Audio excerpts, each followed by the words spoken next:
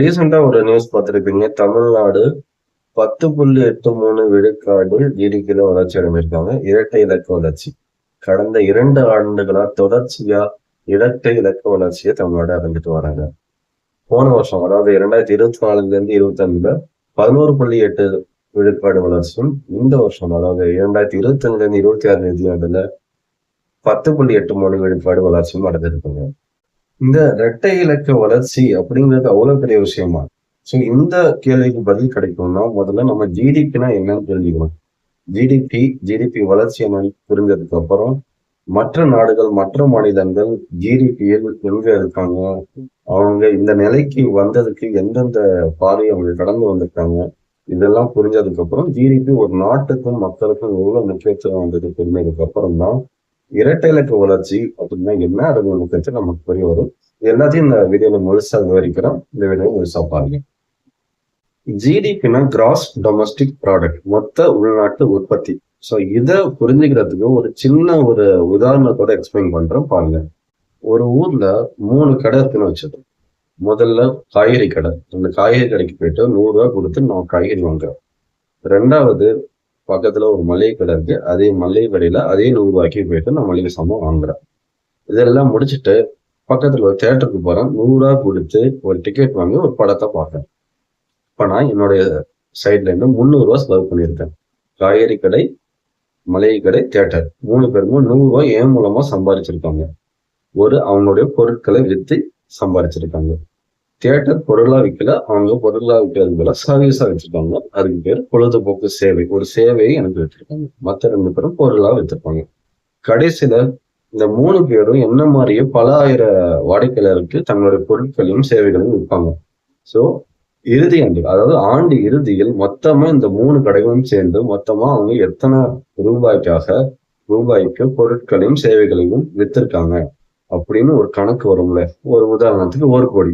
1 கோடி ரூபாய்க்கு இந்த 3 கடையும் சேர்ந்து தங்களுடைய பொருட்களையும் சேவையும் வித்திருக்காங்க. அதுதான் இந்த ஊருடைய ஜிடிபி. இந்த ஊருடைய ஜிடிபி 1 கோடி ரூபாய். இப்படிதான் ஜிடிபி கணக்கிடப்படுகிறது. ஜிடிபினா என்னன்னு புரிஞ்சுது. ஜிடிபி வளர்ச்சின்னா சிம்பிள். இன்னைக்கு இந்த ஊருடைய ஜிடிபி 1 கோடி. அதே அடுத்த வருஷம் அவங்க அந்த 3 கடையும் சேர்ந்து 1 கோடி 10 லட்சம் ரூபாய்க்கு அவங்க தன்னுடைய பொருட்களும் சேவைகளையும் வித்திருந்தாங்கன்னா அந்த 10 லட்சம் டிஃபரன்ஸ் இருக்கு இல்லையா, அது 10%, 10 விழுக்காடு. அதுதான் 10 விழுக்காடு ஜிடிபி வளர்ச்சி. ஸோ ஜிடிபியோட சேர்த்து இன்னொரு டேர்ம் நம்ம புரிஞ்சுக்கணும், ஜிடிபி பர் கேபிட்டா. அதை நம்ம புரிஞ்சுக்கிறதுக்கு ஒரு சின்ன உதாரணம் தரோம். ஒரு குடும்பத்துல 5 பேர் இருக்காங்க, இன்னொரு குடும்பத்துல 2 பேர் இருக்காங்க. இந்த குடும்பமும் 5000 தான் சம்பாதிக்குது, இந்த குடும்பமும் மாசம் 5000 தான் சம்பாதிக்குது. இந்த 2 குடும்பத்துல எந்த குடும்பத்தோடைய ஸ்டாண்டர்ட் வாழ்க்கை தரம் நல்லா இருக்கு? ஆப்வியஸ்லி இந்த 2 நபர் இருக்க குடும்பத்தோட வாழ்க்கை தரம் நல்லா இருக்கு. ஏன்னா இங்க 5000 ரூபாய் 2 குடும்பமும் 5000 ரூபாய் சேர்ந்தே சம்பாதிச்சாலும் இங்க 5000 ரூபாய் பங்கு போட 5 பேர் இருக்காங்க. இந்த 5000 ரூபாய் பங்கு போட இங்க 2 பேர் தான் இருக்காங்க. இந்த கணக்கை நம்ம வச்சுக்கோம். ஸோ இதே கணக்கை நாடுகளுக்கு பொறுத்து பார்ப்போம். ஒரு 2 நாடை நாம எக்ஸாம்பிள்ஸ்க்கு எடுத்துப்போம். ஒண்ணு சிங்கப்பூர், ஒண்ணு இந்தோனேஷியா. சிங்கப்பூருடைய GDP $650 billion. அதுவே இந்தோனேஷியாவோட ஜிடிபி $1.5 ட்ரில்லியன். பில்லியனோட ட்ரில்லியன் மேலானது, பெருசானது. சோ இந்த கணக்குப்படி பார்த்தா இந்தோனேஷியா தான் பணக்கார நாடு. ஆனா அப்படி இல்லை. ஏன்னா சிங்கப்பூரோட இந்தோனேஷியாவோட மக்கள் தொகை கிட்டத்தட்ட 4 மடங்கு அதிகம். ஸோ அதுக்காக தான் ஜிடிபி பர் கேபிட்டா அப்படிங்கிற இன்னொரு குறியீடு இருக்கு. இந்த ஜிடிபி பர் கேபிட்டா படி பார்த்தா இந்தோனேஷியாவோட ஜிடிபி பர் கேபிட்டா $5000. அதுவே சிங்கப்பூருடைய பர் கேபிட்டா $1,00,000. 5000 எங்க இருக்கு, 1,00,000 எங்க இருக்கு. ஸோ இதுதான் ஜிடிபிக்கும் ஜிடிபி பர் கேபிட்டாக்கும் உள்ள ரிலேஷன். இதனாலதான் ஒரு நாட்டுடைய அல்லது மாநிலத்துடைய பொருளாதாரத்தை பற்றி படிக்கும்போது ஜிடிபியை மட்டும் பார்க்க, ஜிடிபி பர் கேபிட்டாவும் சேர்ந்து பார்க்கணும். அது ரொம்ப ரொம்ப முக்கியமானது. சரி, இன்னைக்கு விஷயத்துக்கு வந்துடும். இன்னைக்கு ஜிடிபி, மொத்த ஜிடிபில முதல் இடத்துல இருக்கிறது அமெரிக்கா, $32 ட்ரில்லியன். 2வது இடத்துல சைனா, $20 ட்ரில்லியன். இந்த சைனாவுக்கும் அமெரிக்காவுக்கும் இல்ல அந்த கேப் இடைவெளியா மிக வேகமாக அவங்க ஃபில்அப் பண்ணிக்க வராங்க. ஸோ கிட்டத்தட்ட அமெரிக்காவை விஞ்சும் அளவுக்கு சைனா வளர்ந்துட்டு வராங்க. இந்தியாவோட ஜிடிபி 4.5 ட்ரில்லியன் டாலர்கள், 6வது இடத்துல இருக்கும் உலகத்துல. ஸோ ஜிடிபி பர் கேபிட்டா பார்த்தா இந்தியா ஜிடிபி பர் கேபிட்டா $2,800. சைனாவுடைய ஜிடிபி பர் கேபிட்டா $14,000. இதுல என்ன ஒரு ஆச்சரியம்னா 1990களில் இந்தியாவும் சைனாவும் கிட்டத்தட்ட ஒரே இடத்துல ஜிடிபியில ஒரே இடத்துல தான் இருந்தோம். ஏன்னா அவங்களுடைய மக்கள் தொகையும் நம்மளுடைய மக்கள் தொகையும் கிட்டத்தட்ட ஒண்ணு வந்துச்சு. சொல்ல போனா சைனா மக்கள் தொகை நம்மளோட ரொம்பவே அதிகமா இருந்துச்சு.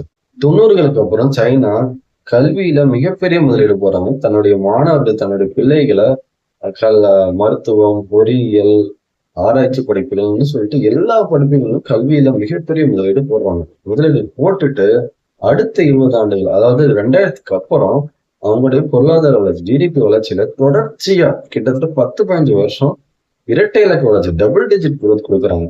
அப்புறம் கொடுத்ததுக்கு அப்புறம் தான் இன்னைக்கு சைனா, யுஎஸ், அதாவது அமெரிக்காவோட பொருளாதாரத்தை கிட்ட நெருங்கி வந்துட்டாங்க. கிட்டத்தட்ட அமெரிக்காவை எஞ்சும் நிலைமைக்கு வந்ததுக்கு காரணம் அவங்க தொடர்ச்சியா கொடுத்த அந்த இரட்டை இலக்க வளர்ச்சி தான், டபுள் டிஜிட் குரோத்.